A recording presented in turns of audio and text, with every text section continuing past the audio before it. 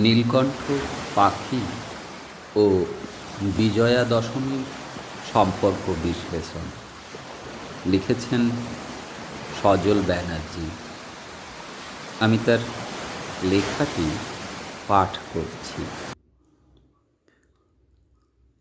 আজ নবমী নিশি পেরিয়ে গেলেই আমাদের উমা ফিরে যাবেন কৈলাসে।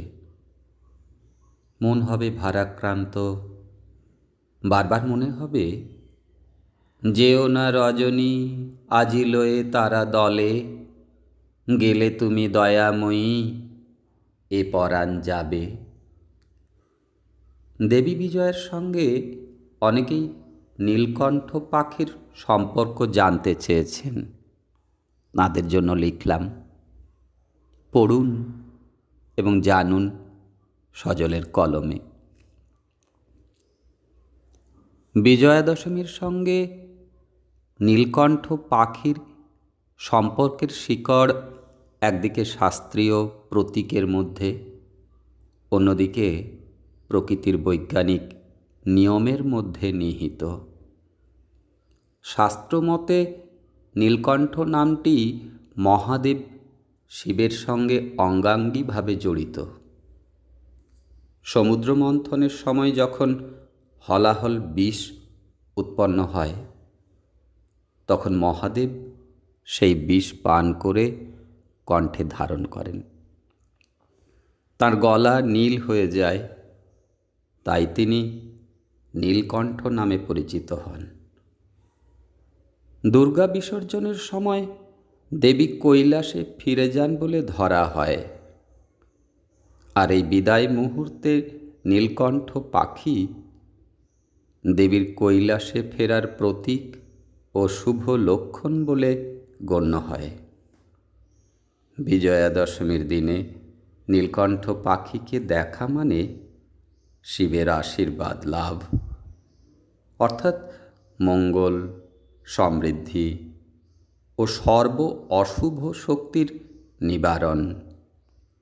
শাস্ত্রকাররা এটিকে দেবী শিবের পুনর্মিলনের সাংকেতিক দিক হিসেবে ব্যাখ্যা করেছেন, যেখানে পাখিটি যেন বার্তাবাহকের ভূমিকা পালন করে। কিন্তু শুধুই প্রতীক নয়, এর সঙ্গে বৈজ্ঞানিক দিকও যুক্ত। প্রকৃতিতে নীলকণ্ঠ পাখি মূলত কৃষি ও পরিবেশের জন্য উপকারী। এরা মাঠের ক্ষতিকর পোকা ও পতঙ্গ খেয়ে ফসল রক্ষা করে। শরৎকালের এই সময়টি ধান সহ অন্যান্য শস্যের বৃদ্ধির মৌসুম। ফলে গ্রাম বাংলার মানুষ নীলকণ্ঠ পাখিকে শুভ মনে করেছেন, কারণ এর উপস্থিতি মানে ফসল রক্ষার প্রাকৃতিক সহায়ক শক্তি সক্রিয়। বিজয়া দশমীর দিনে একে দেখা বা উড়তে দেখা তাই কৃষিজীবী সমাজের কাছে ভবিষ্যৎ সমৃদ্ধির প্রতীক হয়ে ওঠে। এইভাবে শাস্ত্রীয় প্রতীক ও বৈজ্ঞানিক বাস্তবতা মিলিয়ে নীলকণ্ঠ পাখি বিজয়া দশমীর সঙ্গে এক বিশেষ সম্পর্ক গড়ে তুলেছে।